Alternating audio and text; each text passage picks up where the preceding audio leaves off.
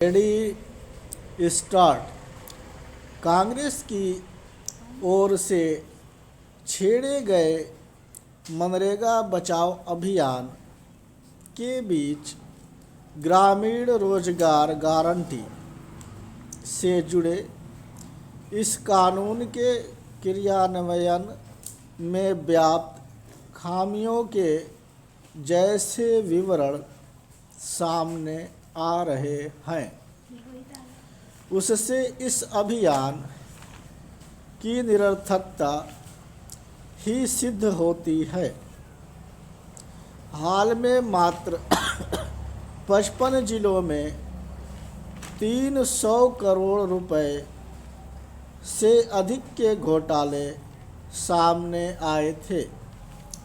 ये घोटाले यह बता रहे थे कि मनरेगा के तहत बिना मंजूरी भुगतान करने के साथ अनावश्यक कार्यों पर पैसा खर्च किया जा रहा था।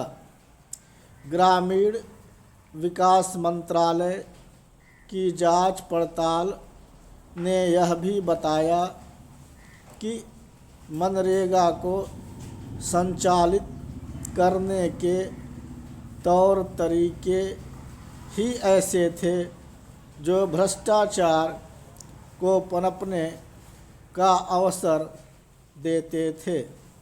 इस कारण करोड़ों रुपए के जो काम कागजों पर दिखते थे वे धरातल पर नज़र नहीं आते थे। चूँकि मनरेगा के जरिए होने वाले कामों के निरीक्षण की कोई ठोस व्यवस्था नहीं थी, इसलिए सरकारी धन की बंदरबाट होती रहती थी। इसके खिलाफ कोई आवाज़ इसलिए अनसुनी रहती थी क्योंकि इस बंदरबाट में सभी शामिल रहते थे। अच्छा होता कि 20 वर्ष पहले लागू किए गए इस कानून में और पहले ही परिवर्तन कर दिए जाते। ऐसा इसलिए नहीं हो सका क्योंकि इस कानून में किसी तरह का फेरबदल राजनीतिक दृष्टि से जोखिम भरा था। यह किसी से छिपा नहीं कि मनरेगा में बदलाव की आवाज़ उठाने वालों को तत्काल प्रभाव से गरीब विरोधी करार दिया जाता था। अभी जब मनरेगा के रूप स्वरूप में परिवर्तन करते हुए उसे VBG रामजी नाम दिया गया तो मोदी सरकार को गरीब विरोधी साबित करने में एक क्षण की भी देरी नहीं की गई।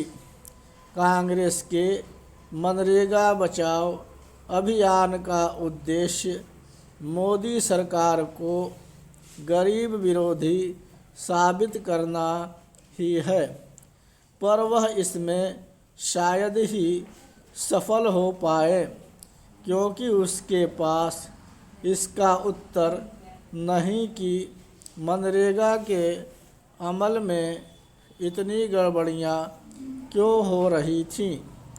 आखिर रोजगार गारंटी के नाम पर हुए भ्रष्टाचार की जवाबदेही कौन लेगा?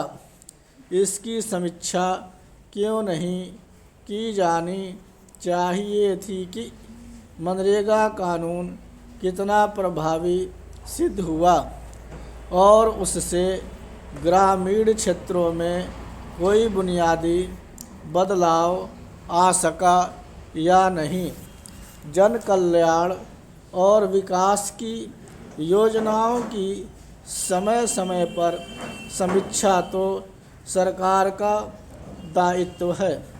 कोई योजना इस कारण समीक्षा से परे नहीं हो सकती कि उसे पहले की सरकार ने शुरू किया था। उचित होता कि कांग्रेस मनरेगा में बदलाव की प्रक्रिया में योगदान देती और उसमें सुधार का श्रेय खुद भी लेती, लेकिन संकीर्ण राजनीतिक कारणों से उसने यह अवसर गंवा दिया। इसमें संदेह है कि उसे मनरेगा बचाओ अभियान से किसी तरह का राजनीतिक लाभ मिलेगा, क्योंकि सभी और यहाँ तक ग्रामीण जनता भी यह समझ रही है कि इस कानून के पुराने स्वरूप से अपेक्षित नतीजे हासिल नहीं हो रहे थे।